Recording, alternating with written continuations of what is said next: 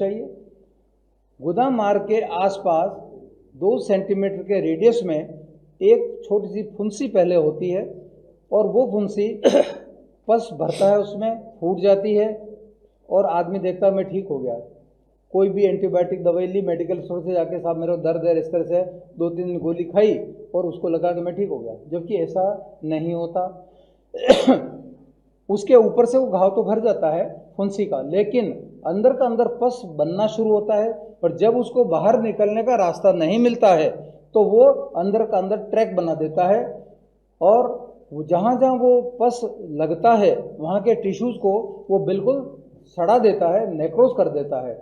आपने एंटीबायोटिक खाया सिर्फ सुखाने के लिए, वो सूखा तो है लेकिन बाहर से, अंदर से नहीं।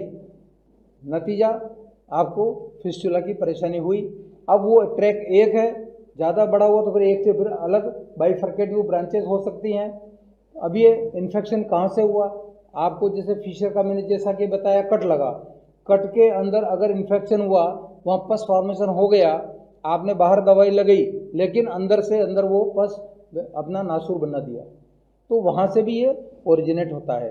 किसी कारण से गुदा मार्ग पे आपके चोट लग गई, बैल जा रहा है, उसने उठाकर सींग से मार दिया पर्टिकुलर आपको उस जगह पे, वहाँ आपके ब्लड का एक तरह से थक्का बन गया, वहाँ फट गया, उसके बाद वहाँ पर पस फॉर्मेशन हो गया, तो वो भी it will convert into fistula in ano. Fistula is a very notorious disease. सबसे जो खराब काम है इसका वो ये, एक बार ठीक होने के बाद भी 99% ये वापस हो जाता है। अच्छे से अच्छे सर्जन, मैं ये नहीं कहता हूँ, लेकिन हाँ, हर अच्छा सर्जन फिस्टुला के ऑपरेशन करने से बचता है। क्यों? अगेन अगेन रिकरेंस होता है, 90% नहीं, 100% नहीं, 101% ये वापस हो जाएगा यदि उसने सर्जरी कराई तो। अब फिर बच्चे कैसे? हो तो गया। तो आयुर्वेद के अंदर इसका क्षारसूत्र चिकित्सा पद्धति से 100% इसका ट्रीटमेंट किया जा सकता है। ये मैं नहीं कह रहा हूँ, ये WHO कहता है इस बात को। वो स्वीकार करते हैं कि नहीं, आयुर्वेद में इसकी स्पेसिफिक ट्रीटमेंट मौजूद है।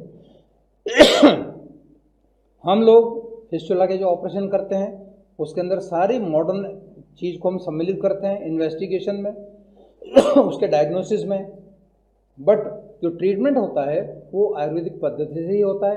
अंग्रेजी मेडिसिन का इसमें उपयोग हम बहुत कम करते हैं, आवश्यकता है उतना ही करते हैं। बाकी क्षारसूत्र से यदि उसका फिस्टुला हुआ ठीक, तो दोबारा उसका नहीं होता। मैं आपको एक उदाहरण दूँ। मान लो ये बर्फ़ का टुकड़ा है, आइस क्यूब है, आपने लोहे का कोई तार प्रेशर से उसके ऊपर से गुजारा तो क्या होगा? तार आर पार हो जाएगा, लेकिन आइस क्यूब वापस एज इट इज सेम वैसा का वैसा हो जाता है। वही लाइन ऑफ ट्रीटमेंट हमारे फिस्टुला में होता है। नीचे से धागा बांधा हमने, टाइट किया, तो नीचे से कटिंग हुई, लेकिन वो मेडिकेटेड थ्रेड होता है, वो नीचे से घाव को भरते हुए भी आता है और काटते हुए भी आता है। तो एक समय ऐसा आता है कि वो थ्रेड बाहर निकल जाएगा और नीचे आपका पूरा वाउंड हील हो जाएगा कंप्लीट। इस तरह से जो हीलिंग हुआ ट्रैक है वो दोबारा जीवन में कभी नहीं होता। लगभग ये इसको कॉन्फिडेंस के साथ ये हम कह सकते हैं कि फिस्टुला का परमानेंट क्योर यदि आपको चाहिए तो आयुर्वेद के अंदर है।